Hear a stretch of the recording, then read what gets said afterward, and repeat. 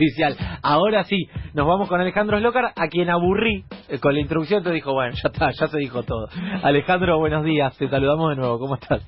Buen día, no puedo ser original ahora, nada distinto de lo que hayas dicho puedo llegar a revelar, ¿no? Entonces, no, lo que trataba de decir es que en verdad hay algunas distorsiones, yo no sé si fruto de ignorancia, sino tanto más de alguna mala fe, que me parece que no quiere atender algunas razones profundas, o sea, razones de fondo.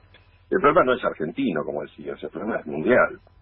O sea, el acoso de este COVID-19 hace estragos planetarios, ¿no?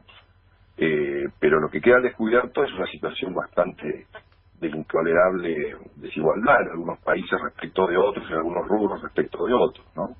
Claro. Fruto de este abandono del Estado social del último tiempo en favor del Estado penal, sobre todo en los países de América Latina, nuestra región y la subregión en particular, claro, donde el crecimiento exponencial de la población carcelaria es enorme. Nosotros en la actualidad estamos superando el baremo de, holgadamente, de 200 presos cada 100.000 habitantes, cuando el promedio siempre rondaba los 100. No más en el último tiempo, o sea, la anterior administración dejó en el orden federal exclusivamente 14.000 presos contra 10.000 que habían recibido, que entonces el incremento fue superior al 40%. Claro.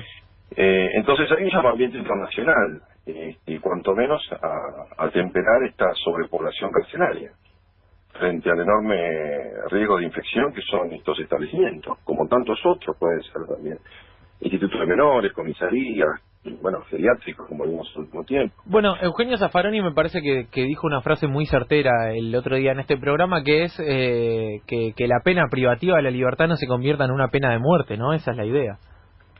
Bueno, eso no lo dice Raúl, sino que lo dice la Constitución. O sea, hay un problema del orden normativo, ante todo, porque aquellos que con expresiones engoladas lo único que hacen es reclamar en favor de la República y el imperio de la ley, me parece que omiten de algún modo que el sistema jerarquizado de fuentes de la legalidad, o sea, de la Constitución que ocupa el vértice, si no cerramos la facultad de Derecho, ¿no?, que es la condición democrática en la Argentina, ¿no? Desde su origen la Constitución estableció un claro mandato en torno a que las cárceles tienen que ser sanas y limpias. Y estas prescripciones de la Constitución del siglo XIX, o sea, tiene más de 150 años, fueron después reforzadas y ampliadas durante el siglo XX por muchos instrumentos internacionales. O sea, la Argentina proscribe la pena de muerte, pero también la pena cruel e inhumana. O sea, la privación de libertad nunca puede ser privación de la salud, ni mucho menos de la vida.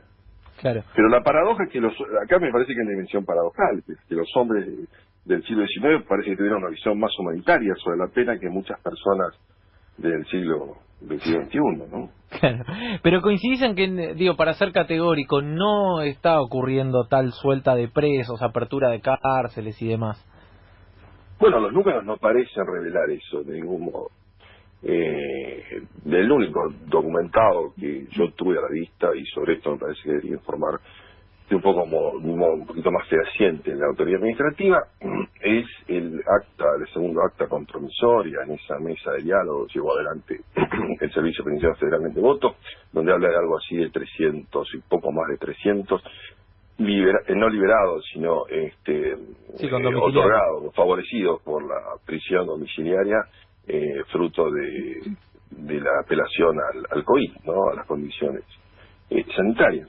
Pero me parece importante volver al llamado internacional, al problema que nos impone no solo la Organización Mundial de la Salud, no solo la ONU, la OEA, sino, bueno, cuánta entidad en el mundo advirtió desde una doble perspectiva esto. O sea, vos decías bien en la introducción, acá hay un orden de razones estratégicas, preventivos generales, si querés llamarlo, que son epidemiológicas. O sea, el grado de hacinamiento, las condiciones de morbilidad que tienen las cárceles ponen en inminente riesgo de contagio a lo que contiene, que, insisto, no solo son presos, sino también hay personal. Tenemos que velar por la dignidad del personal penitenciario.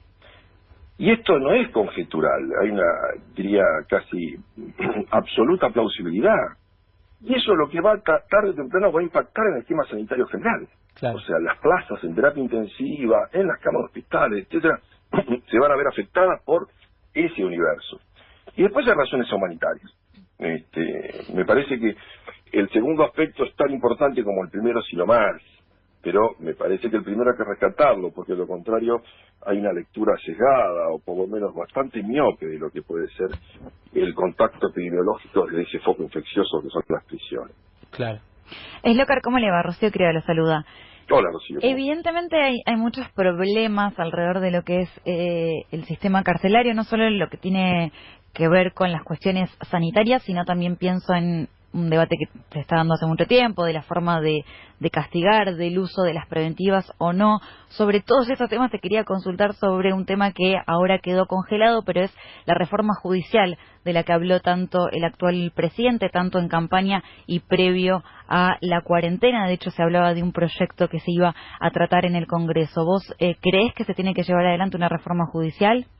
Y yo creo que es imperiosa, la inmediata, la que tiene que operar, instrumentarse de modo inmediato, efectivo, tiene que ser la del sistema acusatorio. O sea, eso creo que tiene que proyectarse ya a nivel nacional, y que necesita de un rol mucho más activo y protagónico del Ministerio Público.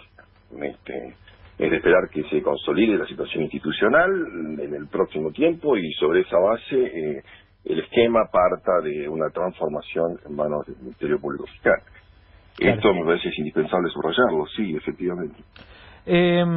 Alejandro, ¿qué opinión tenés? Bueno, recién decías esto de ¿hay ignorancia o mala fe? O un poco de ignorancia en algunos que lo retoman y otro poco de mala fe. Yo por lo menos vivo en Capital Federal, en un barrio bastante privilegiado, y honestamente me llamó la atención el cacerolazo del domingo por la intensidad, por la magnitud, y me preguntaba, y lo pregunté al aire ayer, ¿cuánta de esa gente fue llevada, bueno, a partir de datos falsos, en definitiva, al balcón, y estaba de buena fe caceroleando porque están jugando con sus miedos, porque es lógico que tengan miedo respecto a esta apertura indiscriminada de cárceles?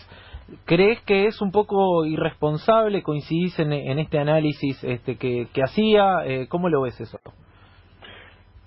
Mira, me resulta difícil a mí traducirme en una suerte de analista, porque no soy experto en ciencias sociales, no manejo profundamente ese métier. Lo que yo creo sí es que hay un nivel de angustia muy alto que tiene que ver con la situación de encierro, o sea, del confinamiento. Uh-huh. En algunos casos esa situación dispara alienaciones. Pero me preocupa, sí, efectivamente, quizá la manipulación que se lleva adelante desde una estrategia que parece a esta altura evidente. Claro. Me parece, en cualquier caso, que estamos discutiendo la cuestión del encierro y no se nos puede pasar por alto otra dimensión que tiene que ver con un dato más estructural y no el artificio de lo supraestructural, que en definitiva es el derecho. Claro. Cuando hablo del dato estructural estoy hablando en definitiva de alguna condición del orden económico. Esto es, a ver, para explicarlo, si se puede, desde mi punto de vista más claro, y esto excede al derecho, pero quiero decir, yo no quiero caer ni en la trampa ni en la visión cándida de entender que en el terreno político, en la disputa, en el campo agravante que supone la política, existen tensiones. Uh-huh. Y que del otro lado, del campo de la economía concentrada, lo que se está reclamando es otra respuesta a la que se dio. Me parece que el idilio terminó hace pocas semanas con esta cuarentena, con el congelamiento de los despidos, con el control comunitario del desabastecimiento y los precios, con también iniciativas que tenían que ver con el incremento de tasas municipales para algunos sectores de economía importante, y en definitiva se desata también una crisis en el último tiempo con el tratamiento o el mentado tratamiento del proyecto del impuesto a la riqueza. Claro. Es decir, esas son condiciones que sin duda alimentan esta tensión y esta disputa. Y yo creo que es indispensable no pasarlas por alto.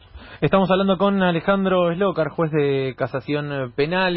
Las últimas, Alejandro, por lo menos de mi parte. No quiero dejar de consultar respecto a lo que denunció el fin de semana una colega tuya, que es Ana María Figueroa, bueno, que figuraba dentro de una nómina de personas presuntamente espiadas que está investigando actualmente el juez federal Rodolfo Canicova Corral. Ella denunció puntualmente que un integrante del Ministerio de Justicia había ingresado a su despacho en 2016 para, de alguna manera, pedirle que apurara un fallo que el Ejecutivo consideraba importante. ¿Te sorprendió esta denuncia, sobre todo teniendo en cuenta, lo recuerdo puntualmente porque me tocó seguir de cerca lo que tuvo que ver con tu recusación en el caso D'Alessio, que si no me equivoco te habían recusado justamente, no recuerdo con exactitud, Elisa Carrió fue?